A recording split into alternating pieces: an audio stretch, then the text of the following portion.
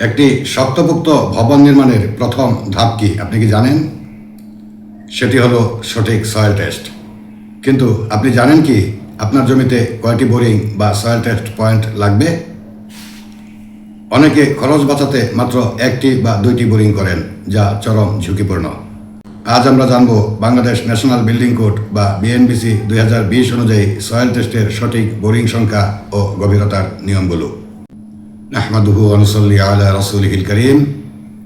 বিসমিল্লাহির রহমানির রহিম। সম্মানিত দর্শক শ্রোতা, আসসালামু আলাইকুম ওয়া রাহমাতুল্লাহ। কেন সয়েল টেস্টের ফ্রিকোয়েন্সি বা বোরিংয়ের সংখ্যা এবং গভীরতা এতটা গুরুত্বপূর্ণ সে বিষয়ে একটু আলোকপাত করা দরকার। মাটির নিচে সব জায়গায় মাটির অবস্থা এক থাকে না।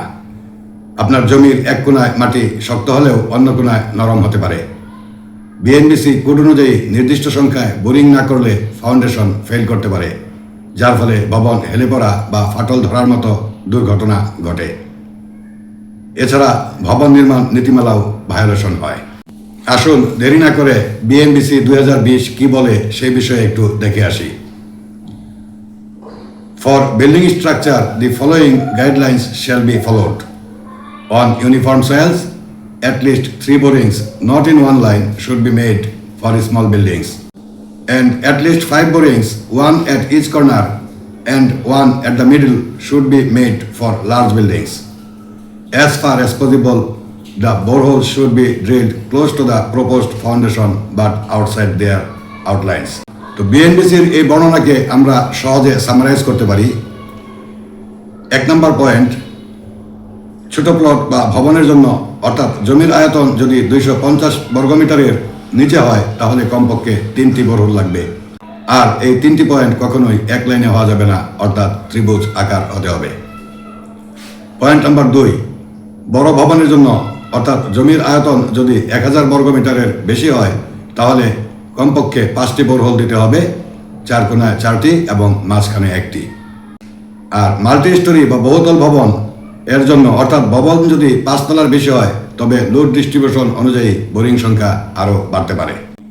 এবার আমরা দেখে নেই বোরিংয়ের দূরত্ব বা স্পেসিং সম্পর্কে বিএনবিসি কি বলে। Spacing of exploration depends upon nature and condition of soil, nature and size of project.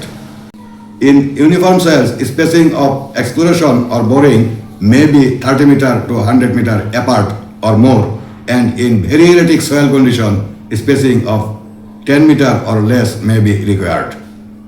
The following chart gives an approximate idea about spacing of boring required for a small and multi-storied building having different horizontal stratification of soil. তো আমরা এখানে একটু চার্টটি দেখে নিই। এখানে বলা হয়েছে যে স্মল বিল্ডিংস অর্থাৎ ছোট বিল্ডিং এর জন্য যদি ইউনিফর্ম সয়েল হয় তাহলে একটি বোরিং থেকে আরেকটি বোরিং এর দূরত্ব 60 মিটার পর্যন্ত হতে পারে, অ্যাভারেজের ক্ষেত্রে 30 মিটার এবং ইরেটিক সয়েলের ক্ষেত্রে 15 মিটার পর্যন্ত হতে পারে।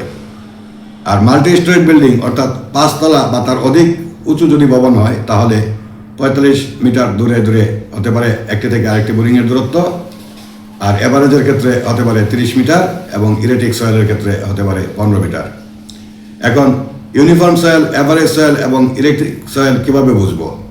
সেজন্যই সয়েল টেস্ট চলাকালীন সময়ে মাঠে একজন জিওটেকনিক্যাল ইঞ্জিনিয়ার বা জিওটেকনিক্যাল এক্সপার্ট উপস্থিত থাকা অত্যন্ত জরুরি। তিনি সহজেই সিদ্ধান্ত নিতে পারবেন এবং বুঝতে পারবেন কোন সয়েলটা ইউনিফর্ম, কোনটা অ্যাভারেজ এবং কোনটা ইরেটিক। সাধারণভাবে ইউনিফর্ম সয়েল বলতে আমরা যেটা বুঝি সেটা হলো সবগুলি বোরিংয়ের এসপিটি ভ্যালু যদি প্রায় একই রকম আসে এবং সয়েল স্ট্রাটিফিকেশনও যদি একই রকম আসে সেটাকে ইউনিফর্ম সয়েল বলা যায়। আর অ্যাভারেজ হচ্ছে এসপিটি ভ্যালু এবং সয়েল স্ট্রাটিফিকেশন প্রায় কাছাকাছি থাকবে। আর ইরেটিক সয়েল হচ্ছে একটা বোরিংয়ের সাথে আরেকটা বোরিংয়ের এসপিটি ভ্যালু এবং সয়েল স্ট্রাটিফিকেশন একদম একটার সাথে আরেকটা মিলবেই না, বা একটা থেকে আরেকটা ডিফারেন্স বা দূরত্ব অনেক বেশি হবে। বিএনবিসি অনুযায়ী সাধারণ মাটির ক্ষেত্রে এক বোরিং থেকে অন্য বোরিংয়ের দূরত্ব 10 থেকে 30 মিটারের মধ্যে রাখা ভালো। এবার আমরা একটু দেখে নিই বোরিংয়ের গভীরতা বিএনবিসি অনুযায়ী কত হতে হবে, অর্থাৎ বিএনবিসি বোরিংয়ের গভীরতা সম্পর্কে কি বলে বা কি নির্দেশনা প্রদান করে। The following guidelines are suggested to determine the depth of exploration. Where substructure unit will be supported on spade footings, the minimum depth of boring should extend below the anticipated bearing level a minimum of 2 footing widths for isolated individual footings where length less than or equal to 2 times of width, and 4 footing widths for footing where length greater than 5 times of width. For intermediate footing lengths, the minimum depth of boring may be estimated by linear interpolation as a function of length between depths of 2 times width and 5 times width below the bearing level. Greater depth may be required where warranted by the local condition. তো এটা থেকে বলা যায় যে ফুটিংয়ের with যদি লেন্থের অর্ধেকের কম হয়, অর্থাৎ লেন্থ যদি ফুটিংয়ের দ্বিগুণ বা তার থেকে কম হয়, সেই ক্ষেত্রে ফুটিংয়ের তলা থেকে কমপক্ষে ফুটিং উইথের দ্বিগুণ পরিমাণ বোরিং করতে হবে। আর ফুটিংয়ের লেন্থ যদি ফুটিংয়ের উইথের 5 গুণ বেশি হয়, তাহলে সেই ক্ষেত্রে ফুটিংয়ের তলা থেকে কমপক্ষে ফুটিংয়ের উইথের 4 গুণ গভীরতা পর্যন্ত বোরিং করতে হবে। আর মাঝখানের বোরিংগুলি লিনিয়ার ইন্টারপোলেশনের মাধ্যমে বের করতে হবে। For more heavily loaded structure such as multi-storied structure and for frame structure, at least 50% of borings should be extended to a depth equal to 1.5 times the width of the building below the lowest part of the foundation.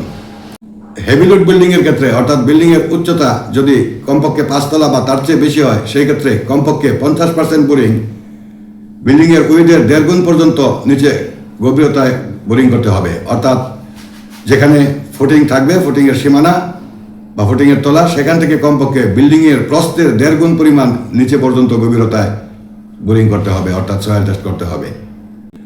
Where the substructure unit will be supported on deep foundation, the depth of boring should be extended a minimum of 6 meters below the anticipated pile or shaft depth elevation. অর্থাৎ যদি deep foundation হয় বা pile foundation হয়, সেক্ষেত্রে পাইলের একদম তলা থেকে কমপক্ষে আরো 6 মিটার বা 20 ফুট গভীরতায় বোরিং সম্পন্ন করতে হবে। তো বিএনবিসির এই নির্দেশনা বা পরামর্শ অনুযায়ী আমরা একটু বিষয়টাকে সামারাইজ করি বা সংক্ষিপ্ত করে দেখে নিই। অর্থাৎ বিএনবিসি কোড অনুযায়ী ফাউন্ডেশন যে গভীরতায় থাকবে তার নিচে অন্তত আরো 6 মিটার বা 20 ফুট পর্যন্ত ড্রিলিং করতে হবে। তবে সাধারণত ভবন ভেদে 60 ফুট থেকে 100 ফুট বা তারও বেশি গভীরতায় প্রয়োজনীয় ক্ষেত্রে সয়েল টেস্ট করা হয়। অনেকে ভাবেন সয়েল টেস্ট মানেই টাকা নষ্ট, কিন্তু মনে রাখবেন একটি সয়েল রিপোর্ট আপনার ফাউন্ডেশন ডিজাইন অপটিমাইজ করে খরচ কমিয়ে আনতে পারে। ভুল রিপোর্ট বা অপর্যাপ্ত বোরিংয়ের কারণে ফাউন্ডেশন ডিজাইন ভুল হলে পরে কয়েক গুণ বেশি টাকা খরচ হতে পারে, অথবা আর বিল্ডিং শেষ পর্যন্ত রিকভার নাও করতে পারে। আপনার স্বপ্নের বাড়ি নির্মাণের আগে অবশ্যই বিএনবিসি গাইডলাইন মেনে সয়েল টেস্ট সম্পন্ন করেন। একজন রেজিস্টার্ড সিভিল ইঞ্জিনিয়ারের পরামর্শ নিন এবং সয়েল টেস্ট চলাকালীন সময়ে একজন জিও এক্সপার্ট বা জিও টেকনিক্যাল ইঞ্জিনিয়ার যেন মাঠে উপস্থিত থাকে, অন্ততপক্ষে ফোনে ফোনে যেন সার্বক্ষণিক পরামর্শ প্রদান করে। ভিডিওটি উপকারে আসলে লাইক দিন এবং অন্যদের দেখার সুযোগ করে দেওয়ার জন্য শেয়ার দিন। আর এ ধরনের আরও ইন্টারেস্টিং বা মজাদার ভিডিও পেতে আমাদের চ্যানেলটিকে সাবস্ক্রাইব করে আমাদের সাথেই থাকুন।